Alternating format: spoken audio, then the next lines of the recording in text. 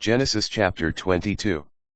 Some time afterward, God put Abraham to the test and said to him, "Abraham." "Here I am," he replied. Then God said, "Take your son Isaac, your only one, whom you love, and go to the land of Moriah. There offer him up as a burnt offering on one of the heights that I will point out to you." Early the next morning Abraham saddled his donkey, took with him 2 of his servants and his son Isaac, and after cutting the wood for the burnt offering, set out for the place of which God had told him. On the 3rd day Abraham caught sight of the place from a distance. Abraham said to his servants, "Stay here with the donkey, while the boy and I go on over there. We will worship and then come back to you." So Abraham took the wood for the burnt offering and laid it on his son Isaac, while he himself carried the fire and the knife. As the 2 walked on together, Isaac spoke to his father Abraham. "Father," he said. "Here I am," he replied.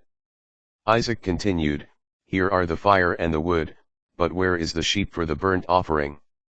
"My son," Abraham answered, "God will provide the sheep for the burnt offering." Then the 2 walked on together. When they came to the place of which God had told him, Abraham built an altar there and arranged the wood on it. Next he bound his son Isaac, and put him on top of the wood on the altar. Then Abraham reached out and took the knife to slaughter his son. But the angel of the Lord called to him from heaven, "Abraham, Abraham." "Here I am," he answered.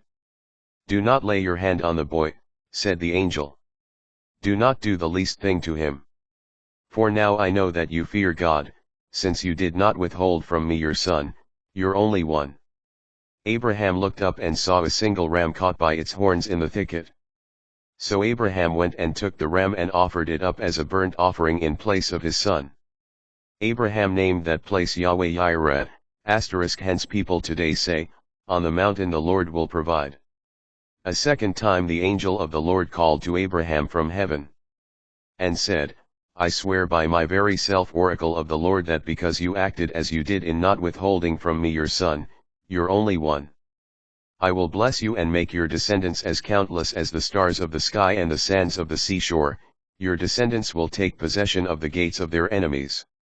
And in your descendants all the nations of the earth will find blessing, because you obeyed my command." Abraham then returned to his servants, and they set out together for Beersheba, where Abraham lived. Nahor's descendants. Some time afterward, the news came to Abraham, "Milcah too has borne sons to your brother Nahor. Uz, his firstborn, his brother Buz, Kemuel the father of Aram, Chesed, Hazo, Pildash, Jidlaph, and Bethuel. Bethuel became the father of Rebekah. These 8 Milcah bore to Nahor, Abraham's brother.